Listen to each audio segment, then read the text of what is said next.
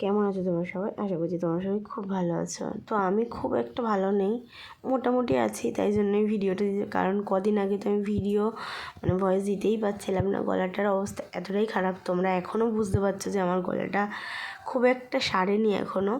তো জানো তো, চলে যাচ্ছিলাম চাম্পাটি থেকে তেমাথার দিকে, কারণ জিলাপি কিনতে। কারণ ওখানকার জিলাপিটা আমার এত ভালো লাগে, এই মিষ্টির দোকানের জিলাপিটা। মিষ্টি দেখাচ্ছি নামে, কিন্তু আমি তো কিনতে গেছিলাম জিলাপি। তারপরে এই যে কচুরি কাকুর দোকানে না, কচুরি কিনতে গেছিলাম, খাবো বলে ওখানে বসে, তো দুজন মিলে। এখন তার ওখানে যাওয়া হয় না খুব একটা টাইমে, তো গেছি, ভাবলাম তো খেয়েই আসবো। তো দেখো, ওই জন্যই চলে গেছিলাম। আর আমার বড় দিকে খেয়েছে আর বলছে খাস্তা খাস্তা। তো তারপর দেখো, এই সেই বিখ্যাত জিলাপি যেটার জন্য গেছিলাম। সো টাটা, নেক্সট ভিডিওতে আবার দেখা হবে তোমাদের সাথে।